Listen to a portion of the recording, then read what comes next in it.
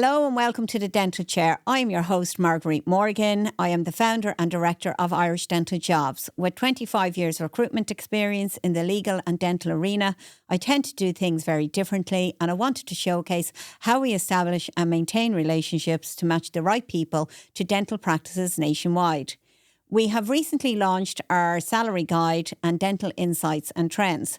And on each episode, we're going to discuss a couple of these insights. And to discuss these with me, to my right is my right-hand woman, Margaret Kierans. Margaret has been working with me for the last 6 years, or working with Irish Dental Jobs for the last 6 years, should I say. She is the marketing manager, and she is also the master behind the dental insights and trends. So what key insights have you got for me today, Margaret? Today, I'm going to take a broader approach to the industry. I'm going to look at some statistics that I found through my research from the last 4 years since COVID. One major trend was employee expectations. They've shifted immensely. Job seekers have reevaluated their list of priorities, and they are looking for more flexibility, the work-life balance. They are looking at mental health, and one huge one that everybody knows is remote work. I know it's not applicable to dental, but they have reevaluated their list of priorities.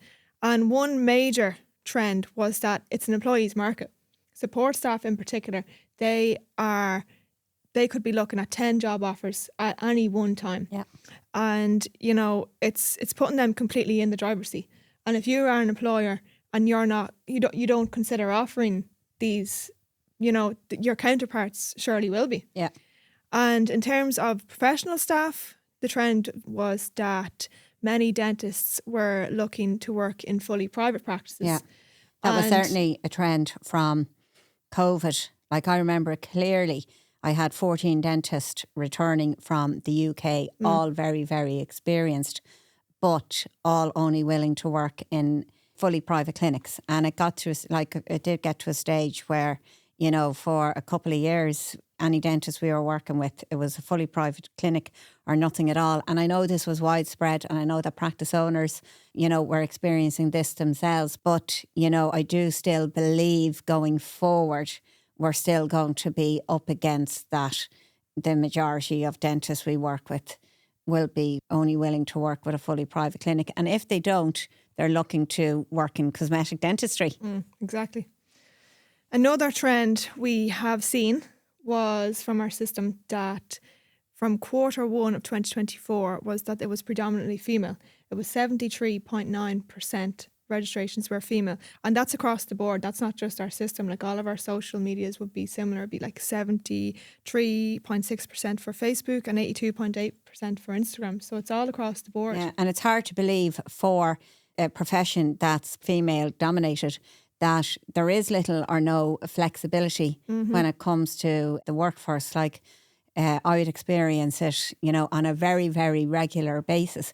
And a lot of times when I'm coming from an employer's perspective, like on a weekly basis, you know, I would be dealing with nurses who may have been working with the same clinic for 10 years, maybe 15 years. They've offered dedication, loyalty, their clinical skills would be first class.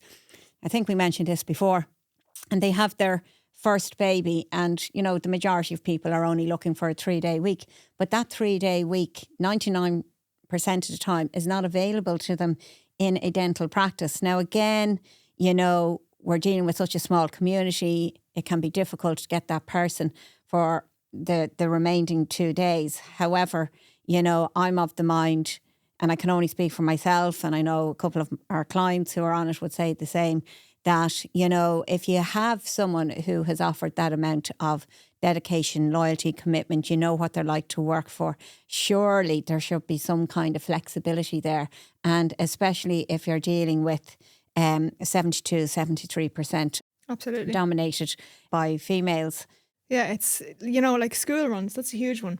Like, even to start a little bit later or leave a little bit earlier. I know that would be difficult, but even the odd day, just let them drop. Like, I remember school. I don't know, it was a good while ago, and someone said this to me, and it was shocking to me because I've never experienced it. Like, I set up the company when I knew I wanted a first baby, because I didn't want to be a mother who was like traditionally in recruitment. As you're working as a recruitment consultant, you work 15 and 16 hours a day. So I wanted to make sure I was there for my children. So I've always been there to bring them to school, to pick them up from school, to go to parent-teacher meetings or whatever it may be. And then, you know, I was dealing with a nurse and a dentist, you know, around the same time. A dentist, slightly different, but the nurse who said that she never gets to bring her child to school, picked them up for school, and a lot of times misses their Christmas plays or whatever. And I just couldn't believe that. Like, I'm very lucky that I haven't been in that situation. And it's sad, really, because, you know, especially when you're babies, you know, You are want to be there. babies, you know, but if you can offer that flexibility, you get so much more Absolutely. out yeah. of your employee. And it's all about, you know, retaining your staff as well. So I do think going forward, it is something that needs to be addressed, because it is a female Dominated, yeah. female dominated. No, it is. And like, just to even show your staff a little bit of appreciation, as you say, and offer that little bit of flexibility. But it brings me on to my next point, which is salaries of support staff. I did a salary survey, and there was what shocked me the most was that a lot of dental nurses were actually on €13 an hour, and less. And less, yes, 12. With 15 and 20 years experience. Yeah, that's what shocked me the most, was the experience. Like, they could have 5 years experience, 10 years experience, and they're on €13 an hour. Yeah. And like, minimum wage is going up in January to $13.50. But just on that, I do believe that the salaries in the private sector are very unfair.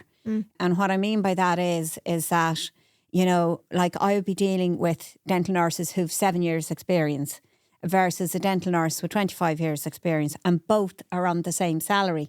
Now, the nurse with 7 years experience is on the right salary, but the dental nurse with 25 years experience can't be on the right salary.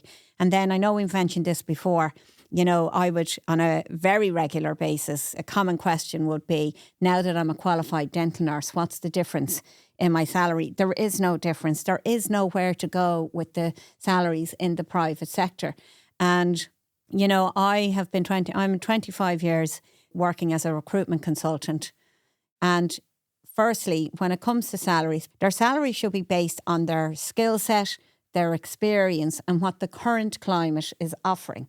You know, it really bothers me when I come across people who are being seriously underpaid, and then those who are being overpaid, you know. So the dental community, it's such a small community. I just believe that it would benefit all, you know, it would benefit all if there was a go-to place as a guide, you know, to try and, you know, rein everything in a small bit, and to maybe, you know, standardise salaries a bit better. You know, if there was something, you know, in place similar to the public sector. So we do on a very regular basis as well, meet all of those and talk to all of those who are 15 years, 20 years with the same employment on 12 and €13 an hour. And as an employer, I just don't understand that. It's hard to believe. Should, you know, you should value, respect, and, you know, the staff that are working for you. When you've got good staff working for you, they're like gold dust. And like I've said in previous podcasts, you know, it doesn't take a huge amount. A simple thank you goes a long, long way. Yeah. But it's these things that are contributing to the shortage, you know, It's these internal factors. Well, that's another thing. Like, that, it is disheartening that, you know, you have external factors affecting the shortage of dental professionals in the country, and they're kind of out of your reach. But having internal factors, you know, that can be and should be addressed. Mm-hmm. And then losing these good, experienced, qualified people because of lack of pay and lack of appreciation. Shouldn't be like, happening. it's just disheartening. Yeah, definitely. Now, there is no doubt there's a shortage, but it brings me on to my next point, that despite the shortage and recruitment challenges, employment in the dental market is looking positive for 2025. Fab. Yeah, fab. So to take a look at the figures, we've witnessed 123% a rise in increase in dentists and specialists seeking employment in quarter one of 2024 in comparison to quarter one 2023. Job vacancies have also surged by a massive 233% Wow. in the same period. In quarter 2 of 2024, there was an increase of overall 115% in overall registrations as compared to quarter 2 in 2023. So despite the shortage, the figures reveal that, there is a positive outlook for next year. Happy days. Fingers crossed there is.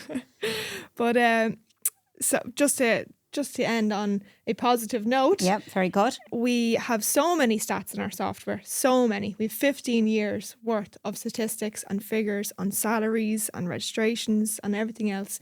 So if you are interested in finding more statistics like these, you can order our salary guide at irishdentaljobs.ie/salary guide.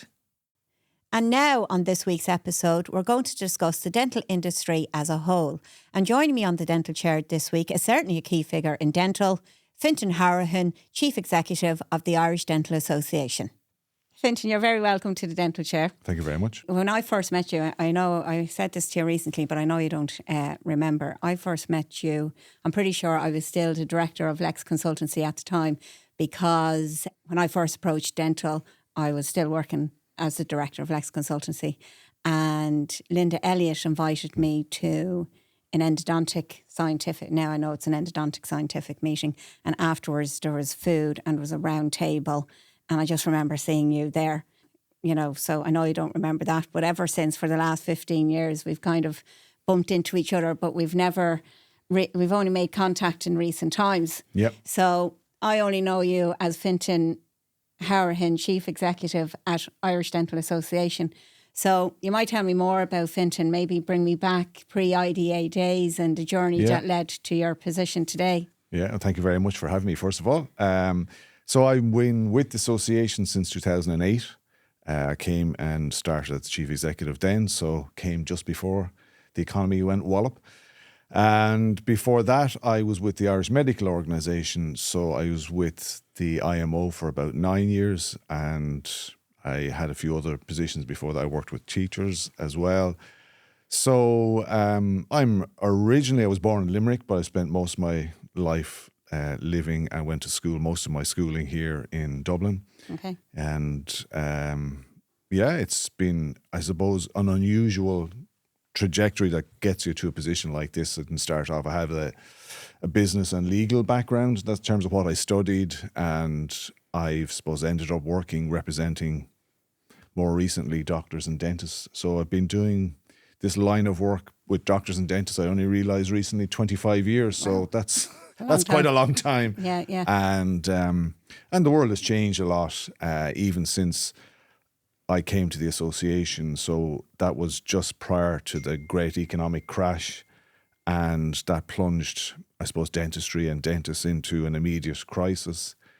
But when we look back now, you can see that dentistry is very different, and what the association provides and what dentists, I suppose, need is very different. So I would say maybe, the association had its 100th anniversary recently. It was set up in 1922. And I would say maybe for the first 80 years, there hadn't been a whole lot of change in terms of dentistry. But I think the last 20 years in particular has been a very rapid rate of change. I'm sure you would have seen that yourself. And even in the last 5 or 6 years, I'd say it has, the landscape has evolved tremendously. And, in your 16 years in your profession in dentistry, what has been the most challenging aspect of your role to date, and how did you overcome that? Well, I think COVID was undoubtedly. The economic crash in 2009, 2010 was quite a challenge, but I think COVID was probably the greatest challenge. And immediately it highlighted the extent to which, while there's a recognition that dentistry is important, that it is very much a place apart, and that dentists are really outside the health service, the system, in terms of how it is structured, the likes of the HSE and the hospitals. So, in the early days, we were looking at, well, is dentistry to be categorised as an essential service? And thankfully, that didn't take too long to deal with. But after that, it was a question of organising the immunisation of dentists and making sure they had rapid access to vaccines. And what that threw up was, a lot of the details the people providing the vaccines didn't have details of how to contact dentists. So it was really rudimentary, trying to enable dentists to make sure that they were prioritised in terms of the vaccination programme. So we were having daily meetings with the HSE, and that was something that nobody could have anticipated. We then obviously had a lot of questions coming in from dentists about what's the best clinical practice, what are the precautions that should be put in place. So I think out of that came a lot of contact with our sister organisations, and to this day, just last week, we would have quarterly meetings online with the CEOs of the American Dental Association, the Canadian, British, Australian, New Zealand, and the Irish Dental Association. So we're a small association, but through, I suppose, the common language, but also because of connections over the years, we shared, I suppose, ideas, resources to assist our members respectively. And that's something that's continued ever since. Of course, one of the biggest challenges and difficulties and frustrations we had was around PPE. And we were very badly let down by the government. And I think that has had a long-lasting impact. And that was extremely difficult. And it's not something that's, I suppose, forgotten by myself or by dentists that, promises were made and weren't kept by the government at the time. So there was a huge amount of challenge for everyone. There was a particular challenge for dentists because they were in a very exposed, high-risk setting. And, this was unprecedented. We had a lot of discussion within the association because we'd have structures with boards. We had a 3-day board meeting, memorably. It started on a Friday and it finished on a Sunday, when we were looking at so many different issues, and it was extremely stressful. And, there was no roadmap for how you deal with a situation like that. So a lot of it wouldn't have been apparent to dentists who obviously at the time were preoccupied themselves, and, that was perfectly understandable. But within the association, there was a huge amount of work went on behind the scenes, was. And surprisingly, I think for everybody, now that you mentioned COVID, that dentistry did very well in COVID. Like, practices were looking for more staff because they were expanding. They were so busy, and it's something that we weren't expecting, even for us. Like, I'm 15 years in business, and I had the 2 best years in dentistry, but you can see it was all COVID related as well, because after the few years. But when I knew you were going to be on one of our episodes, I had to do a small bit of research, and to my surprise, I learned that you're in your post as Chief Executive at Irish Dental Association the same amount of time as I'm in my post as the only dental recruitment consultant in the country who's 15 years dental experience. Yep. But then it also reminded me that David O'Flynn is certainly in his post the same amount of time as me, because when I was recruiting in legal, he was one of my clients, and I know that he started his position around the same time. So I checked that. So he's 3 months ahead of me. You're a year ahead of the 2 of us. So I just thought it was, surprising that the 3 of us are in our role around the same time. So, that made me curious then to find out, in those 15 years, if we have experienced any significant similarities, trends or challenges, over the years. So it may be if we maybe discuss 3 to 5 of those and see how we get on. You might share one of your trends or challenges. Well, I suppose if you look at dentistry, and there's far more dentists on the register right now than there were 15 years ago. And at the time, it wouldn't change a lot from one year to the next. Predominantly, dentists on the register in practice were graduates from the 3 schools on the island, Cork, Dublin and Belfast. But now when we look at it, for every new registered dentist who comes onto the register every year, probably 3/4 of them have trained outside the country. So that's a huge change. Yeah. And in lots of ways, it's an inevitable but probably a welcome change. I think we have seen changes in what it is that dentists do. So people say there's a lot more focus on cosmetic dentistry. Yeah. I think we've seen huge changes with digital dentistry. So there's a lot more technological advances, a lot more possibilities with, all that's been developed in the last while that wasn't really on the radar 15 years ago. Obviously, there are state-funded schemes which effectively have collapsed, and whereas before a lot of general dentists would have had a significant income from seeing patients under the medical card, the PRSI scheme, that's all changed as well. I think there's a greater awareness of the importance of CPD in education, on prevention. So as I said, for the first 80 years in the history of the state, dentistry didn't change a whole lot. Yeah. The development of implants was probably the greatest advance, but that's going back more than 20 years. But in more recent times, we're seeing, and I suppose the other thing is that the demographic profile in dentistry, the graduating classes now are predominantly female. So it's becoming more like a 50-50 male-female profession. So that's a big change as well. Yeah. You've mentioned a few there that I would experience, like certainly a game changer for not only us, but for newly qualified dentists is when vocational training was no longer available to dentists in Ireland. If any time we had a dentist who was doing their vocational training in the UK, because when I started, more or less, the VT training was finished in Ireland.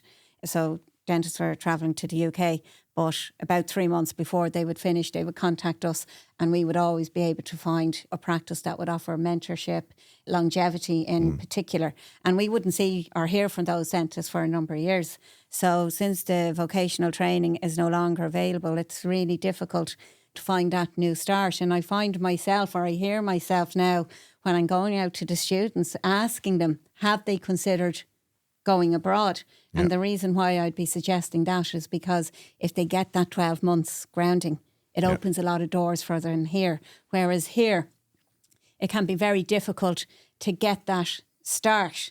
And there may be starts, but the mentoring and the guidance may not be there, So I think for your first 12 months, it's important to get that. But interestingly, I went down to see one of my clients in Tipperary last week, and he's in business over 35 years and traditionally always hires a newly qualified dentist. That's how he does it.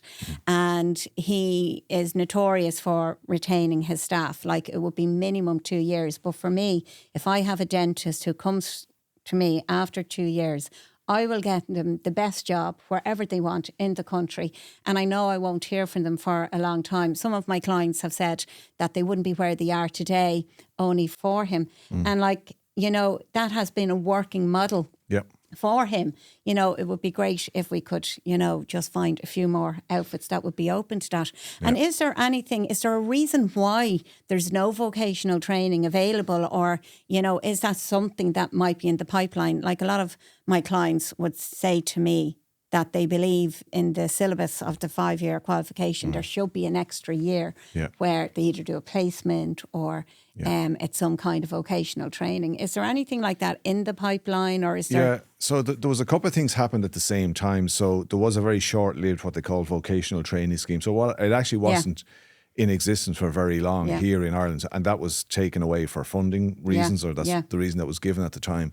The second change, and you touched on it there, was that the traditional approach was that graduates from Cork or Dublin would go over to Kent or go to London, and they'd spend a couple of years there. They'd learn how to work as a dentist and then come back after a number of years. Then the British authorities decided that in terms of placing students on training schemes, that they were going to give priority to graduates of British dental schools. So that meant that the Irish graduates were last in the queue. And then, of course, there were more opportunities to get a start here in Ireland. So that traditional career path of graduating from Cork or Dublin, then going over to London usually, or to Kent, that all stopped. And yes, so to answer your question, we have strongly advocated, and unusually back, I think it's over 10 years ago now, we combined with the Dental Council, with the College of Surgeons, with the dental schools, and put a statement to the Department of Health and said, we want to have what we call a foundation training scheme. So there is an equivalent, say, for medical GP trainees in medicine, and where doctors who have completed their medical training and have completed their internship go on to a scheme. So they rotate around different settings. And I think that's the ideal model. It would give dentists a chance to work in the public service, to work in general practice, to work in specialist practice. It's something we have advocated. So to bring this up to date, we know there was an oral health policy produced in 2019, and we know now the department is working on, they'll shortly publish a 3-year implementation plan, and the foundation training scheme is provided for within that. So I really hope that finally comes to pass. Because it'd be great if we can maintain and look after those few dentists who qualify, because even when they qualify after 5th year, there's the percentage of people who would be Irish or, you know, Irish registered. A lot of the students, you know, hail from abroad and then they go back abroad. So it'd be great to be able to nurture the people we have here. Yeah, and the Irish Dental Association, we did a survey, and more or less half and half in both Cork and Dublin. The graduates are coming from the Far East or from Canada, and it's perfectly understandable. They will go back to where they originate from. They are paying, you know, significantly greater fees. The dental schools aren't being properly funded, so you can see why they... Yeah, absolutely. But what that means is that the number of dentists available who graduate and willing to work in Ireland is very small, and it's completely inadequate for what's needed. Yeah. And another one you touched on there, which is something now in the last, I'd say, 6 or 7 years, it's becoming increasingly challenging for us, is that it's becoming, you know, more challenging to find a good all-round dentist. Yeah. More and more dentists, you know, are leaving the industry to focus on cosmetic dentistry, or, you know, a lot are aspiring to launch their careers in aesthetic dentistry. So what I'd be coming up now on a regular basis, like I was speaking to 3 dentists who would have been in the industry for, you know, many years, and now they've been focusing on aesthetics, say, for the last 5 or 6 years, and they've said to me to even forget they're a dentist.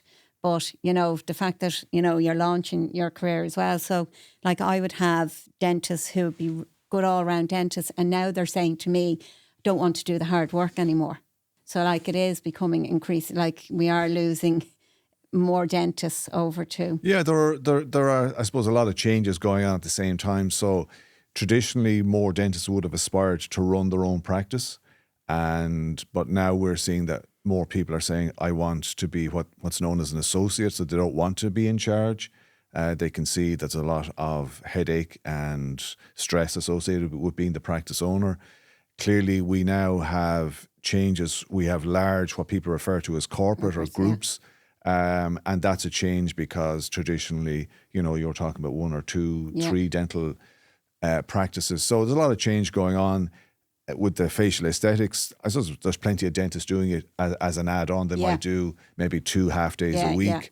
And I suppose we all have to look and see, well, how do we make dentistry more attractive? I think we all have a role to play in that. The government certainly has a role. And, you know, I would like to think that a lot of the changes we've discussed and that are mentioned in the Smile August launch of the oral health policy will actually be rolled out, and it'll help to make... Because there's huge numbers of people interested in studying dentistry, and we have to make sure that every assistance is given to people who want to practice dentistry. Yeah. So I think that's a good starting point. I think people value dentistry. We all know, you know, how important oral health is. We all know what a high standard of training and care that's provided by Irish dentists, or dentists in Ireland, I should say. And, you know, there are reasons why all of the professions are in a period of change. And I suppose if we have a role, your role and my role, in making dentistry more possible and attractive, then, you know, we need to And look you mentioned it there about the corporates. You know, there certainly is, you know, it is becoming, you know, more of a corporate environment as well. Like I remember as well, I was only in the process of setting up, and I went to a talk. It was in the Shelbourne Hotel, and Chris Barrow was doing a talk there, but this was just slightly, I'd say, over 15 years ago, because I nearly had heart failure, because he was doing a talk that the corporates are coming in and there's going to be no general dental practices around anymore. And when you're starting up a business, you know, that's the last thing you want to hear. Now, it did take, you know, 8 or 9 years, but it's veering towards more of a corporate industry. And then recently in the Independent, I read there's a new corporate as well from the UK who tend to bypass. And none of that was really on the radar, I suppose, going back as we both started off 15 years ago. And there are other changes as well, I suppose. So traditionally, dentists have worked on a self-employed basis. And there were very few, with the exception of the public service, there were very few dentists in salaried positions in private practice. That is changing as well. It's probably still the case that the vast majority of dentists are self-employed. The association has spent a lot of time dealing with the revenue commissioners, I suppose, just to get clarity on what the tax consequences are, and that's part of the service that we offer. But yes, undoubtedly, with the corporates or the chains, they're bringing modern business practices into dentistry, and they are attractive options for greater numbers of dentists. But equally, as an association, we make no distinction between whether it's a single-handed practice or whether it's a huge corporate chain. I suppose we aim to assist dentists no matter what their circumstance. But undoubtedly, what dentists need, what they want, what's available to them is changing rapidly and at a pace none of us could have envisaged maybe, 15 years ago. Yep. And another challenge we'd be up against, and this is probably something, that you're not familiar with, I would experience it on a daily basis, that we were talking about in the last episode about internal and external influences that will be affecting the shortage of dental professionals in Ireland. Like, there's no doubt we're in a profession that would traditionally suffer with a shortage of dental professionals, and external influences are kind of, out of your reach. You can't do a lot about that. But, when we have internal influences, like even from my point of view, it's just disheartening. Like, for example, since COVID, 35% of support staff have left the industry due to lack of pay and lack of appreciation. And just to give you an example, just there recently, and we would come across this on a very regular basis. I was speaking with a dental nurse who's in her mid-30s. She's a couple of children. She has a mortgage. She absolutely loves working as a dental nurse. She's been with the same clinic for over 10 years. They're long established, fabulous reputation, keep their staff. She's on €13 an hour. Now, in January, she's going to be on less than minimum wage. And we come across this, quite a lot. And it, like, I come from an employer's perspective, because, I'm like, this is minimum wage for 10 years experience. And I think these kind of situations that are something that should be and could be addressed, that we, look after those who, like, she's qualified, and we're at a stage where she's considering leaving the industry again, So I know you wouldn't be familiar with that. Well, I suppose, I am, to the extent that, the shortage of staff is the single biggest challenge facing dentists now, particularly practice owners. So practice owners have to strike a balance between ensuring that they manage their costs, but equally it's not a good investment if, investing in staff means you're having a constant turnover. So the reality is we practically have full employment. There are lots of attractive opportunities for people working in dentistry to look outside dentistry. That has always been the case. I think if we had more opportunity, more training for dentists to elevate nursing and hygienists certainly are doing very well. But, as with any, and like, I'm an employer as well, so you have to be mindful of benchmarking, what you're offering with what others can offer. It's a short-sighted view to take that, if you don't look after your staff, well, there's going to be one inevitable consequence. They're going to leave. So that's something I think dentists are becoming more aware of, that they're competing within dentistry but outside dentistry as well. Yes, they have to, do it within cost base that works for them, but there's lots of things other than money that motivate people to work. And what I always say, I'm recruiting 25 years, and when it comes to salaries, and I would always, like, salaries should be based on your experience, your skill set, and what the current climate is offering. And if the person doesn't have that experience or the skill set, they shouldn't be paid that salary, So what I can't bear, I suppose, is when, people are underpaid or people are being overpaid. It should be just based on their experience and their skill set. And you can't go wrong. Then. And I think people after a while work out pretty quickly because, if you're working as a dental nurse at one practice, you'll work out pretty easily and quickly, how you're being paid or looked after generally relative to how you might be talking to other dental nurses. That's human nature. And yes, I think ultimately there's more to looking after people than paying them what they should be paid. You know, it's how they're treated, how you develop them, the opportunity you give them to develop their career, to make them feel involved, how you run and manage a practice. So we are more than aware of that, and we do try to assist. We offer guidance, practice manuals and HR guidance to dentists as practice owners, and indeed to dentists as associates or employees, because, we could be in one conversation talking to somebody who's having a problem. They're a dentist, they're having a problem with the practice owner, and 20 minutes later we get a phone call from a different practice owner who's having a problem with staff. So we get to hear and see both sides of that employment relationship, I suppose. And tell me, having both experienced the dental profession over the last 15 years, what do you think the future holds for dentistry over the next decade?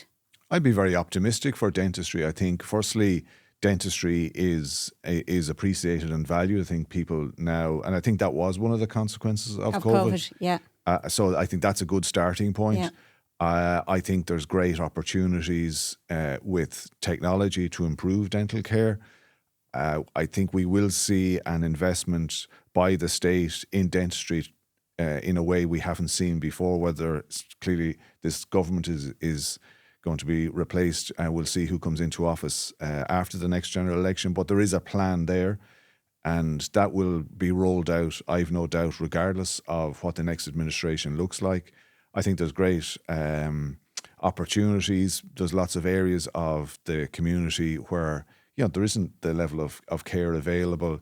So the demand is probably going to outweigh the supply of dental care. So I suppose economically that's probably means that there's opportunities for dentists. But, it's becoming more expensive to operate as a dentist, whether you're an associate or a practice owner.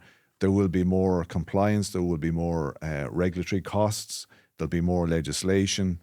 But I think standards are high and they're going to continue to rise. I think that's good for patients. And, I think it's also important that we protect patients, that we have legislation that protects patients. And that's something that has been, I suppose, visible as an issue in recent times. There's illegal practice of dentistry in Ireland, and a lot of the safeguards that need to be there, I think, will have to be brought in. So I think the dynamic rate of change that we've seen will continue, and it probably will accelerate. I think dentistry offers a wonderful career for young people and for people coming into Ireland, and we're likely to see mandatory CPD. So one of the main roles for the association is providing CPD. I looked at it, and we provided 56,000 hours, dental hours of CPD last year. And that's in an environment where it's an entirely voluntary undertaking for dentists. And when it becomes mandatory, I think that will only serve to raise standards. I think that will be a big game changer, and it's a big challenge for the association. And tell me, how important is it for dentists to stay up to date with advanced technologies and treatment methods? And what resources do the IDA have to provide in this regard? Well, I think it's essential, because I think patients' expectations are rising. They're becoming aware of what's now possible in lots of ways. They're making their own inquiries and doing their own research before they go to choose a dentist. They're probably looking around at different opportunities all the time. So that's a large part of what we do. So, our role as the primary provider of CPD is probably manifest in lots of different ways. It's publishing a journal, having the biggest annual conference, having seminars for dentists, having networking, having mentoring programs, having, gatherings of dentists where we're sharing information, we're bringing in the best speakers. So it's a huge part of what we do, and we'll expand, I think, rapidly, because when mandatory CPD comes in, we're suddenly going to have probably the best part of 3,000 dentists looking to do 50 hours CPD a year. That is a huge challenge, and I think it's only a good thing for dentistry. Okay, very good. And then just before we finish up, I just have a couple of practice owners had some queries or questions for me to put to you. So I'll just call out a couple if that's okay. That's fine. This is not a question, but I would like to see more advice for independent private practitioners on business, marketing, team training for reception, front of house, etc. The areas that private practitioners need support with to grow and stay profitable, employing staff. The IDA provide a lot of compliance and dental technique support, but not necessarily a very holistic approach to private practice and their busy principals. I think it's a fair comment. And I think, we have provided, I suppose, practice management seminars and more laterally webinars. And I think the point is well made about the need to help dentists to train up front of house staff, all members of the team. So it is something that we are conscious of, and certainly happy to talk to anyone who has ideas, but we recognise that it's not something that's probably available in any organised way right now, and the association would be the obvious place to look, I suppose. Okay. And second one, with the shortage of registered dentists and dental hygienists, general dentists and specialists in the country, do you see any place to have these fast-tracked so could work at least as dental hygienists or orthotherapists? Yeah, so we all know that there are issues around work permits and visas which make it difficult because permits are predicated on somebody working as an employee, and certainly for dental positions, that's not the norm in private practice. So I suppose, yes, we have spoken to many dentists over the years who said, look, I have a dental qualification from whatever country, whatever school, but there's a time lag between doing the dental council exams and getting registration here to practice in Ireland. And I know many people who have come in those circumstances, have taken roles as dental nurses or as therapists, and they have said actually it mightn't have been what they would have seen as their preferred route into dentistry in Ireland, but they said they actually learned a lot and became acquainted with dentistry in Ireland through working as nurses or in those types of roles. So I think that is something that is a possibility for people, because clearly the Dental Council says it has a limited capacity for exams each year. There's huge interest in coming to work here. And that has increased as well. Yeah, absolutely. And, I think while it mightn't be probably the preferred or ideal pathway for dentists coming in from outside the EEA, it does mean that they actually get a good grounding in how hopefully a well-run dental practice operates, and they're ready to work as a dentist when they get their registration here in Ireland. They've had the benefit of working in a practice. So it mightn't be the ideal, but that's probably a good option for her. Fabulous. Well, Fintan, you'll be glad to hear. I think that's it for today. Thank you very much, Thank Margaret. you very much for joining me on the Dental Chair. My pleasure. Thank you very much. Thank you for joining me on this week's episode of The Dental Chair. If anything resonated with you, if you have any queries on your job search, your staffing requirements, you can contact me directly at marguerite@irishdentaljobs.ie, or you can call 01849 40 70. If you enjoyed this episode, please like and share. This is Marguerite Morgan from Irish Dental Jobs, reminding you to treat every interaction with care and consideration, because in recruitment and in life, people matter. Until the next time, slán agus beannacht.